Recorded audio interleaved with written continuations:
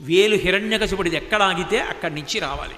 ఇప్పుడు స్తంభం చూపించాడు, ఇందులో ఉన్నాడా, మళ్ళీ అదే మాటలకు అంతర్బహిష్య తత్సర్వం వ్యాప్య నారాయణ స్థిత దృశ్యతే శ్రూయతే పివా.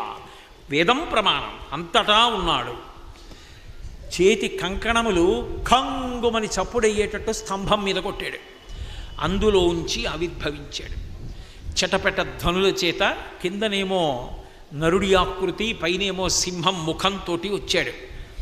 చూడగానే ఆశ్చర్యపోయాడు.